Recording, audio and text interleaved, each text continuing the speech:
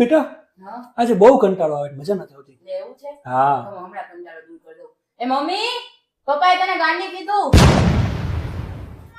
હું તમને કયા એંગલ થી ગાંડી લઈ ગઈ? તમને કયા એંગલ થી ગાંડી કહો છો? કાં તમને જોવા આવ્યા તમને મેં મસ્તીની ચા આપી હતી, કડક અહીંયા જોવો કડક મસ્તી ચા કરી દીધી, તમને બહુ ભાવી હતી એટલે હું તમને ગાંડી લઈ ગઈ. ના, ના. લગ્નના હાથ ફેરા ભરીને અહીંયા આવી છો, તમારું ઘરનું બધું કામ કરીને હું દઉં છું, મસ્તીનું કામ કરી દઉં, તમે વખાણ કરો છો અને અત્યારે તો મને ગાંડી અહીંયા જોવો ગાંડી કહો છો.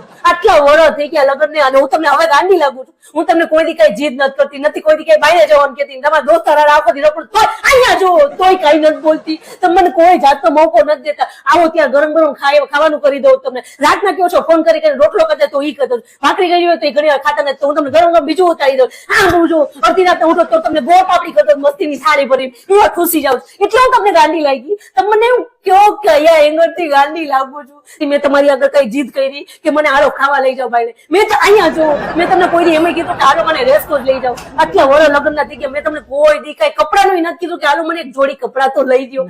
મેં તમને કોઈ દી કઈ નથી કીધું એટલે હું ગાંડી લાગી તમને. એવું નથી, મને કંટાળો આવતો હતો. તમને મારાથી કંટાળો આવે? લગ્નના આટલા વર્ષ થઈ ગયા, આટલું મેં તમારું ધ્યાન રાખ્યું, બધું કરીને દીધું. તમારે જાવ તો છોકરાઓને હું હાચું છું, બધે લઈ જાઉં છું, બારે લઈ જાઉં છું, રેસકોર્સ લઈ જાઉં, જ્યાં કે અહીંયા લઈ જાઉં, સ્કૂલમાં કઈક કામ હોય તો હું જાઉં. તમને કોઈ દી કહેતી નથી ને હવે હું તમને ગાંડી લઈ ગઈ. ના ગાંડી તું તો ડાઈ છો. તો તમે મને ગાંડી કેમ બોલ્યા? આટલા વર્ષથી કે મેં તમને કોઈ દી અહીંયા જોવો ને કઈ નથી કીધું તોય તમને હું ગાંડી કેમ લાગી? અહીંયા જોવો હજી મારી બેનપણીનો કાલ ફોન હતો, એની ઘર મેરેજ ના ફંક્શન છે તોય મેં ના પાડી દીધી. હમણાં મકાન લીધું વાસ્તુ હતું તોય મેં ના પાડી દીધી. એટલે હું ગાંડી લાગુ છું કે મારા હગાવાળાની પ્રસંગ હોય તોય નથી જતી, કાં તો કે તમારા કામ હોય એ ઘરમાં કોઈ હોય નહીં, ક્યાંય પણ પ્રસંગ હોય કાંઈ પણ હોય તો મારા ઘરે નથી જતી. મારી મમ્મી ફોન આવે તો એને ના પાડી દઉં છું, એને કહી દઉં છું કે હું ના નહીં આવી છું. તમારે કામ હોય ને મારે ઘરમાં કામ હોય ને એટલે અહીંયા હું જોવો અહીંયા જોવું ને હું કઈ રીતે તમને ગાંડી લાગી તો કયો?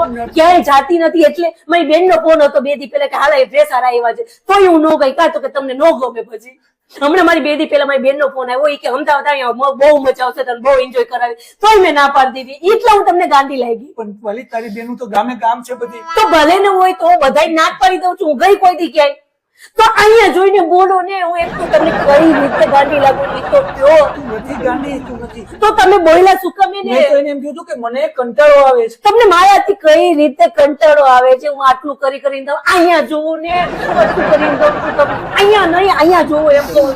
કઈ રીતે કંટાળો આવે તમને? મને એમ કંટાળો નતો આવતો, મને ખાલી ઓમ કંટાળો આવતો તો જરા જરા. એટલે મેં ઓને કીધું ને તો ભાઈ કઈ રીતે કંટાળો આવે? હું તમારું આટલું ધ્યાન રાખું તો મારો કહેવાનો મતલબ એવો નતો. હું તમારું કહેવાનો મતલબ હતો